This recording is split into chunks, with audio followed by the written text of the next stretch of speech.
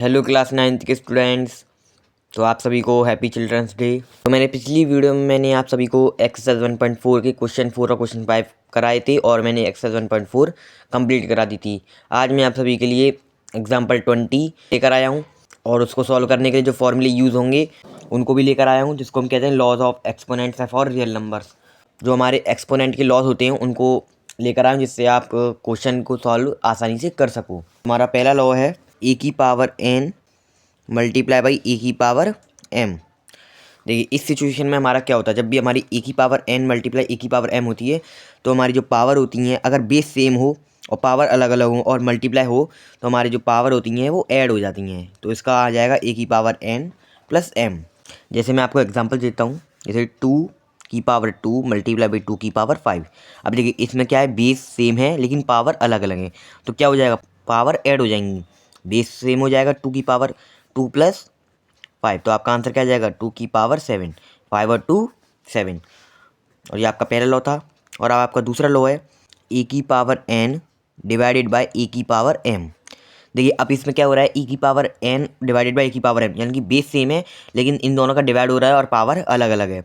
तो इस सिचुएशन में क्या होता है, ए की पावर ऊपर आ जाती है, एन रहेगी, और जब भी हम पावर को ऊपर लेंगे तो हमारी वो पावर क्या हो जाएगी, माइनस में बन जाएगी। तो हमारी जो ए की पावर क्या आ जाएगी, माइनस एम। ओके, और डॉट मैंने इसलिए आया, डॉट का मतलब होता है मल्टीप्लाई।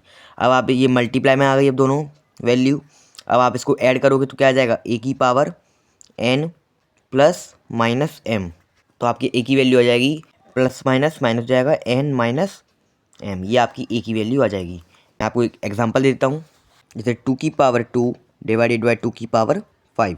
अब इसमें क्या होगा, देखिए अगर आप सॉल्व करना चाहते हो तो ये डायरेक्ट लिख सकते हो क्योंकि ये तो एक लॉ है। अगर आप पर ऐसी सिचुएशन आए तो आप इसको डायरेक्ट ऐसे ही लिख सकते हो। ये मैंने आपको सॉल्व करके बताइए कि कैसे एन माइनस एम आई, आप डायरेक्ट भी लिख सकते हो। अब देखिए मैं इसको सॉल्व करके बताऊँगा पूरा। देखिए इधर क्या है, 2 की पावर 2। अब जब मैं इसको ऊपर लाऊंगा मल्टीप्लाई में तो जो पावर है 2 की पावर 5 वो किस में चली जाएगी, माइनस में। तो यहाँ पर क्या आ जाएगी 2 की पावर माइनस 5। देखिए बेस सेम है, पावर अलग अलग है, तो ये पावर क्या हो जाएंगी, ऐड हो जाएंगी। तो 2 की पावर 2 प्लस माइनस 5, देखिए प्लस माइनस माइनस हो जाएगा तो 2 की पावर 2 माइनस 5, फिर 2 की पावर आ जाएगी 2 में से -5 तो -3। ये आपकी पावर आ जाएगी। ये आपका दूसरा लॉ हो गया।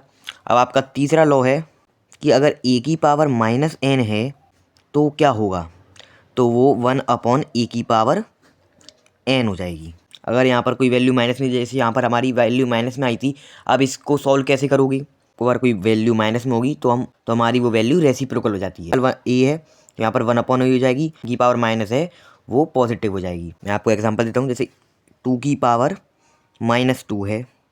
अब आप इसको कैसे सॉल्व करोगे, तो ये क्या हो जाएगी, ए है, ये ए है और ये उसकी पावर है यानी कि ये एन है, तो ये 1/2 हो जाएगी, रेसिप्रोकल कर देंगे। अब जो इसकी पावर है वो नेगेटिव में है, जब आप इसका रेसिप्रोकल करोगे तो आपकी जो पावर आएगी वो क्या हो जाएगी, पॉजिटिव।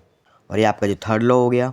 मैं आपको फोर्थ लॉ बता देता हूँ। जो आपका फोर्थ लॉ है वो है अगर किसी की पावर 0 है तो उसकी वैल्यू हमेशा 1 ही आएगी।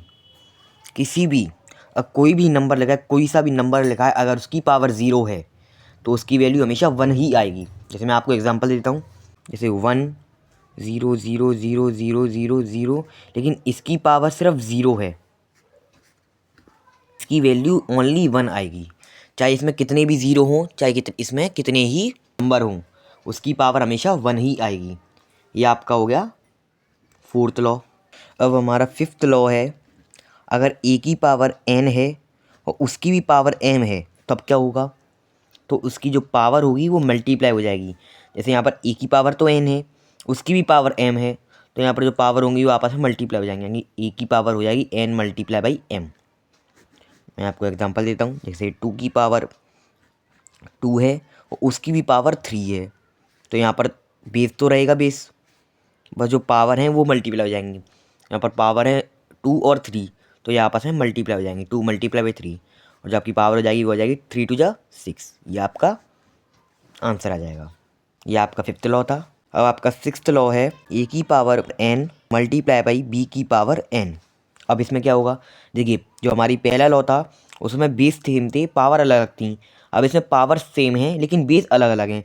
अब इस सिचुएशन में क्या होगा, देखिए यहाँ पर पावर सेम है तो पावर ब्रैकेट में लग जाएंगी, और जहाँ पर जी बेस हैं वो अलग अलग हैं वो मल्टीप्लाई कर जाएंगे आपस में, यानी कि ए मल्टीप्लाई बाई बी, और उनकी जो पावर सेम है वो सेम रहेगी एन। आपको एग्जांपल देता हूँ, जैसे 2 की पावर 2 है मल्टीप्लाई बाई 3 की पावर भी 2 है। देखिए यहाँ पर बेस अलग अलग है लेकिन पावर सेम है, तो यहाँ पर क्या होगा, देखिए बेस आपस में मल्टीप्लाई कर जाएंगे और उनकी जो पावर है वो ब्रैकेट में लग जाएगी। जैसे 2 मल्टीप्लाई बाई 3, उसकी पावर है 2, 3 2 जा 6, 6 की पावर 2, जो आपका आंसर आ जाएगा वो आगे 6 की पावर 2, और ये आपका आंसर है। ये आपका 6th लॉ था। अब आपका 7th लॉ है कि e की पावर n है और b की पावर n है। अब क्या होगा, देखिए यहाँ पर तो मल्टीप्लाई हो रही थी, पावर सेम है, बेस अलग अलग है, यहाँ पर मल्टीप्लाई हो रही थी, अब यहाँ पर हो रहा है डिवाइड। तो अब क्या होगा इनकी पावर के साथ, इनकी पावर के साथ वही होगा जो 6th लॉ की पावर के साथ हुआ था, यानी कि a और b आपस में डिवाइड कर जाएंगे, उनकी पावर n है वो होल्ड रह जाएगी। देखिए अब क्या हो जाएगा, अब जो बेस हैं वो डिवाइड हो जाएंगे आपस में और उनकी जो पावर है वो ब्रैकेट में लग जाएगी।